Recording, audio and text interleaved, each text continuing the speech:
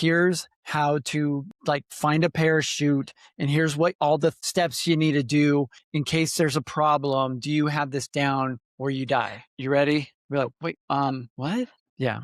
All right, everybody. We are Jason and Sarah Hull, the owners of DoorGrow, the world's leading and most comprehensive coaching and consulting firm for long-term residential property management entrepreneurs. For over a decade and a half, we have brought innovative strategies and optimization to the property management industry.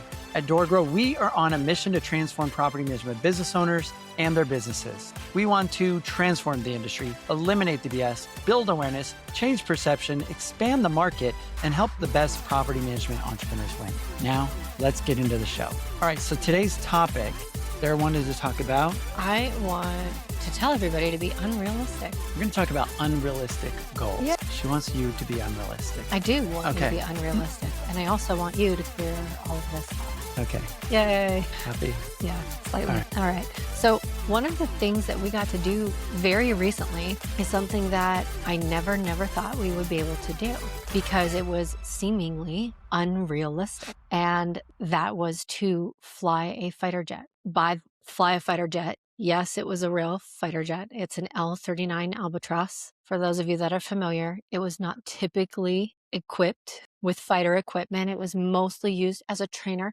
However, it can be armed and therefore is classified as a fighter jet. Yes, we actually got to fly it. We didn't just go in it and take a look and see. Both Jason and I, one at a time, of course, got to fly a fighter jet and do some aerobatic maneuvers, which was insanely fun.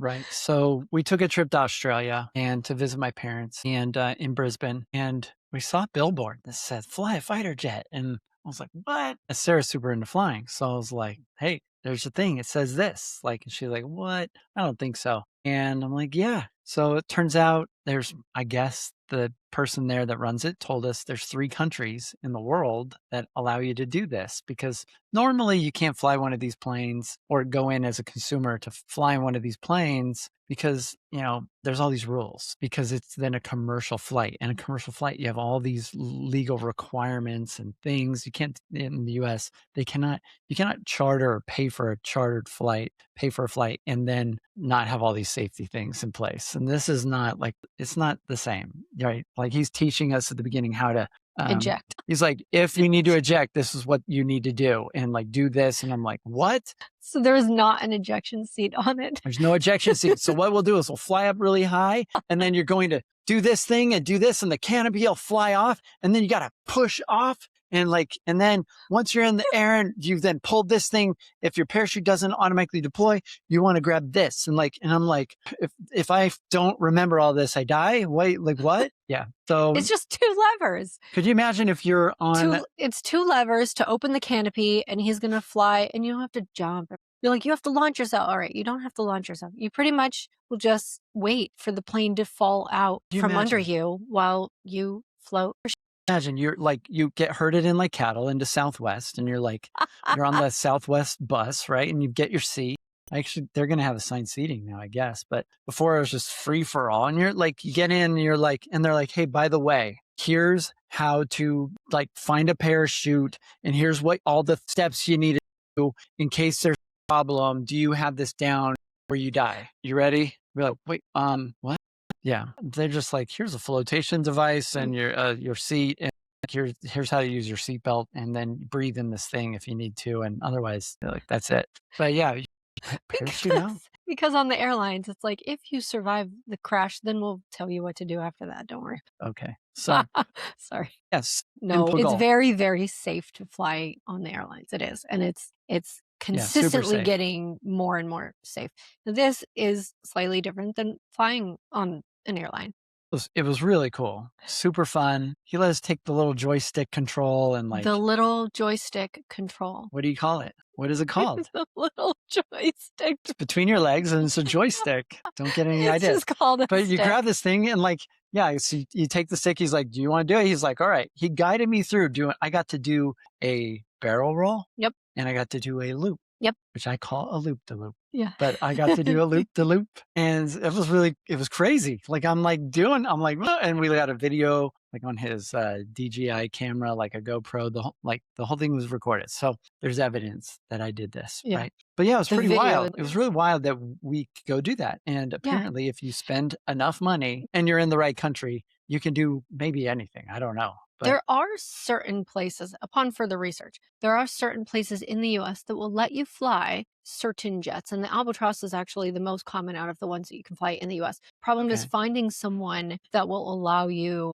to fly it. Oh, that's a bit different. Yes. Like if you get to Yes. control it. Because yes, exactly. Yeah. And Yeah. sometimes these are owned by private owners. Yeah. So like if you know a guy and you go, "Hey, can you Can like you take take me me out? up, They might let please?" you take the They might let you controls. do it, but there's Yeah. also schools. I think there's one, oh, I forgot where it's called, but it's called like Jet Trainer Center or something like that. The Top guy that Gun. runs it is Larry, and they have an Albatross is one of them, but I think they have like 6 different actual jets that you can fly and learn as well, which is really cool. But then Really there's cool. schools, so it's not impossible in the US. It's just there's a few extra hurdles that Okay. you might need to cross. So it's something though that I thought I would never ever get to do. Like when you look at these crazy jets, generally, I don't think you look at it and go, yeah, I could fly that one day. Like we went to that air show. During any of that point, were you looking at those planes going, yeah, I could fly one of those? Yeah, I wonder what it would take to Yeah. fly one of those. No, I was not No. thinking that. Right, because you just don't usually think that it's possible. You think, oh wow, those are probably owned, and many of them are, by museums or by some sort of club that's, funded to keep this thing airworthy and maintained and flying. They probably aren't going to let the public fly it. Okay. So why is it important to have unrealistic goals? Well, I think you should be very unrealistic in your goals because if you're realistic, if you go, "Oh, I just want to do things that I know that I can do," Yeah. then it almost takes the fun out of it. Number Right. one, and I think that's for entrepreneurs, that's half the battle. Is it fun? What was the journey like? Or Yeah. was it something that you can just go, "Yeah, I did it, but everybody else can do it too." Where's the fun in that? Yeah. Cyndi Lauper Right? said girls just want to have fun. So we had to make sure she had some fun. Yeah. Guys, we want to have some fun too, right? So it was super cool to be able to do that.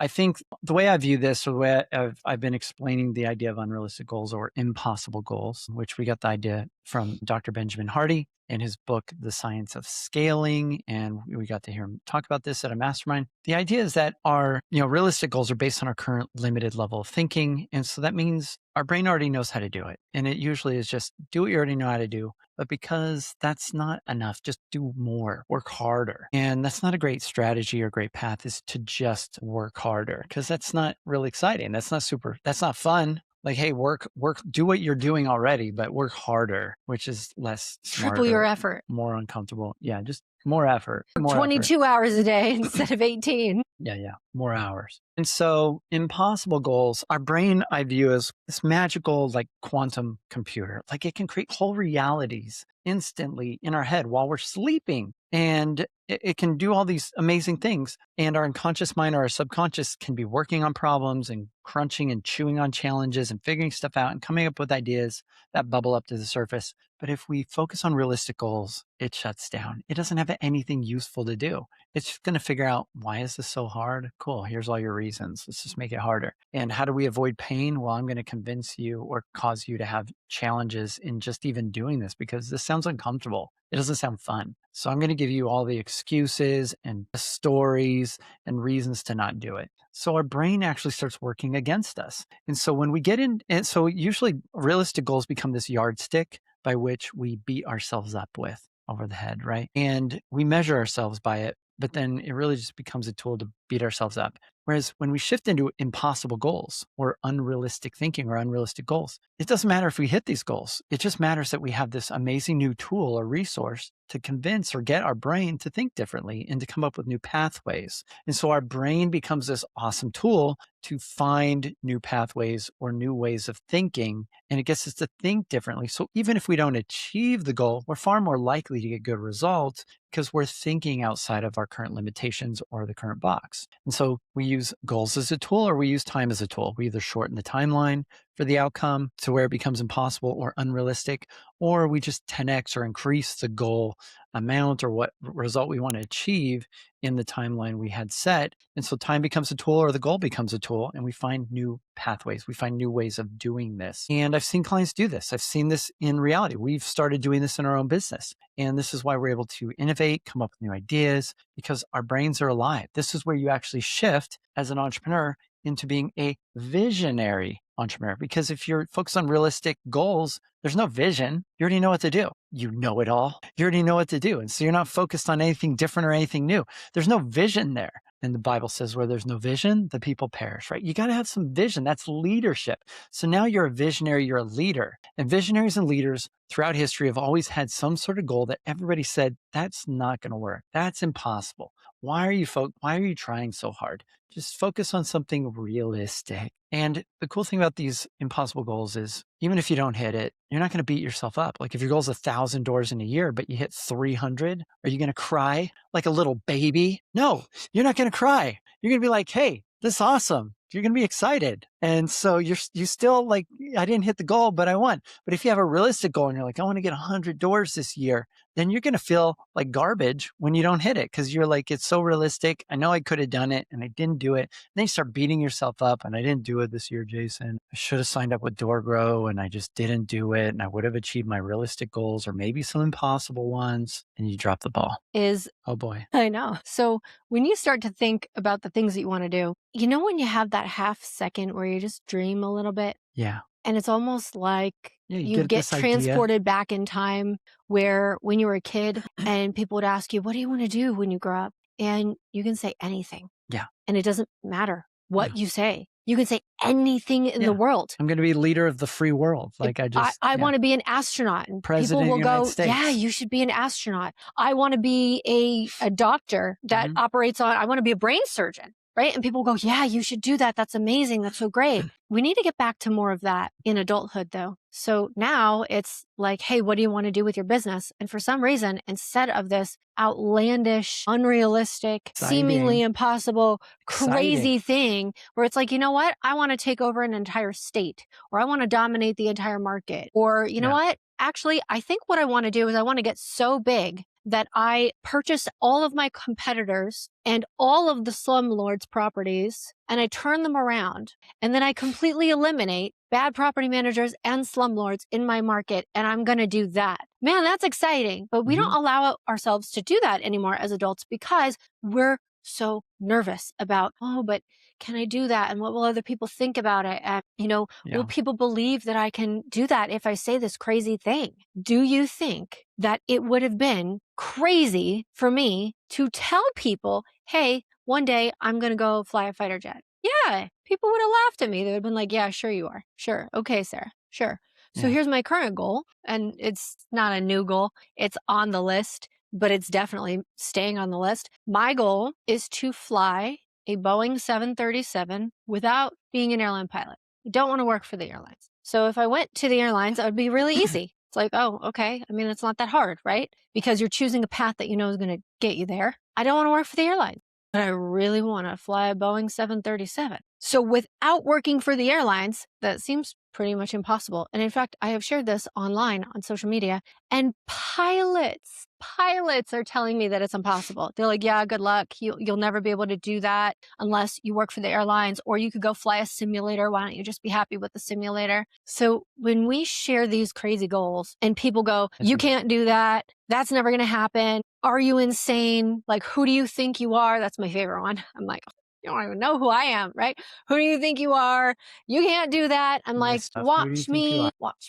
Just watch. So for me, like that's fuel. For other people, it's so crushing. For other people, when people have this huge goal and they're like, oh, I'm so excited about this. I'm going to do this. And other people nay on that. And they go, no, you can't do that. Let's keep you down here. Let's keep you small. I don't know. You're dreaming too big. Like it's not going to happen for you. Sometimes that feels really crushing and it takes the wind right out of your sails. And then you go, you know what? Maybe they're right. I shouldn't even try. Yeah. So you can either use it as fuel if you're somebody like me who likes to prove people wrong. then that's great fuel. If that doesn't fuel you, then you need to be very selective with who you tell your goals to. So if you know that, hey, I'm going to say this thing, and the first second that I get pushback or questions or doubt or people who are just fearful and not as confident as I am in my dream and in my belief, and that's going to shake me, and that's maybe not going to help me pursue this goal, that's going to deter me and bring me down, slow me down, Mm. yeah, then you need to be very selective with who you're sharing that goal with. And sometimes you have people around you that are really supportive, and sometimes you don't. So the message in this is, one, have the goals that just seem like they are impossible. Like, Sarah, there is not a way to fly a Boeing unless you work at the airlines. And I laugh at it. When I see people personally, when I see people commenting like that, I go, that is a cue to me. It tells me how small their vision is. Their thinking is limited. So Yeah. it's once you're on the other side of it, once you see something, you can't unsee it. So once you're on the other side of that, and now you hear somebody saying, you can't do that. That's not possible. That's not realistic. That's never going to happen. That's not how things work. Mhm. Who do you think you are? I can't believe you would even think something like that is possible. Is that a good idea? Mhm. Right? All of those things. Then you start to go, oh, well, for someone like that, yeah, it would be impossible, but not for someone like me. So you need to decide, I can do the things that I want to do. And as soon as you make that decision, like flying a fighter jet, super cool. How much effort did we put into making that happen? No, we made a phone call. We paid money. Yeah, he We saw a we put on billboard. a jumpsuit. We He, climbed in the plane, that's it. He saw a billboard. and then We didn't try. We and didn't then I hunt grabbed the little down. stick thingy, Oh God. and No, then I you just said the did it. joystick The thingy. Okay. joystick. So Yeah. we didn't try to hunt people down. We didn't try to find a place that would do it. We didn't do a bunch of research. We didn't spend a lot of time talking about it or researching it or trying to find people who know people. We didn't do anything. We saw a billboard. So sometimes when you have an unrealistic goal, it's okay if you don't know how it's going to happen, because it very rarely happens the way that you think it's going to happen anyway. Because once you decide and once you're confident, once you're solid in that goal and you go, I am committed to doing this crazy thing, and I don't care if people think that I'm crazy for wanting to do this thing, I'm going to make it happen. All of a sudden, doors start opening for you. Phone calls start happening, connections start happening. Derek and I were just talking about this last week. It's the things that you They can don't know who never. Derek is. Derek Morton is one of our amazing Clients. clients who's Okay. taking over the state of Utah. So it's very often the things that you would never expect, you would never plan, you would never be able to sit down and think in, like, your 150-step plan to get me from A to B. It wouldn't make the list, because the things that will happen to you, they will just come to you. Things will just happen. The right opportunities will show up. The right people will show up. The right connections will show up. Things will just start falling in place and happening for you. But it all stems on one thing, and that is your belief in your ability to do things that are seemingly unrealistic. There you go. Cool. All right. So I concur. I agree. Have impossible or have unrealistic goals. Why? Because when you shift into that level of thinking, no longer is it that yardstick. Now you're in playground. Now you're in this fun space of like imagining, having vision, and it doesn't matter if you hit it or not. It shifts you into a healthier space of thinking, and then you'll find new pathways. You'll find new ideas. You'll find ways to collapse time. Ben Hardy calls it finding wormholes. You find these ways to get to the result in a much shorter period of time that takes way less steps. It's not as much work. He wrote a preceding book before that was called 10x is easier than 2x. And in that, he's talking about how it's actually easier to go bigger than to focus on smaller growth goals, because smaller growth goals, there's a lot of different ways to do it, and it's a lot of hard work. But there's very few ways to grow big quickly, and it's usually less steps and less work. So a lot of people think, well, it's going to be so hard. It's actually easier if you do it right. So have some impossible goals. Okay. Anything else we need to add to this? One last thing is, we have a seemingly impossible goal right now at DoorGrow that we are yet again making a reality. It will be something that changes the entire property management industry forever. And no one has done it. No one has done anything like it. And it seems crazy. It seems like insane to even really think about it. However, we're going to make it happen. And Mhm. 2020, we are launching something that really will take over the entire industry. So stay tuned. Well, I've talked Watch about our it crazy journey. on a Yeah, we've previous talked a episode, little but bit about it. Watch our crazy journey and see what happens when you too set yourself some pretty impossible goals. cool. So if you felt stuck or stagnant and want to take your property management business to the next level, reach out to us at DoorGrow.com for free training on how to get unlimited free leads. Text the word leads to 512-648-4608. Also, join our free Facebook community just for property management business owners by going to doorgrowclub.com. And if you want tips, tricks, ideas to learn about maybe some of our offers as well, go to doorgrow.com/subscribe and subscribe to our newsletter.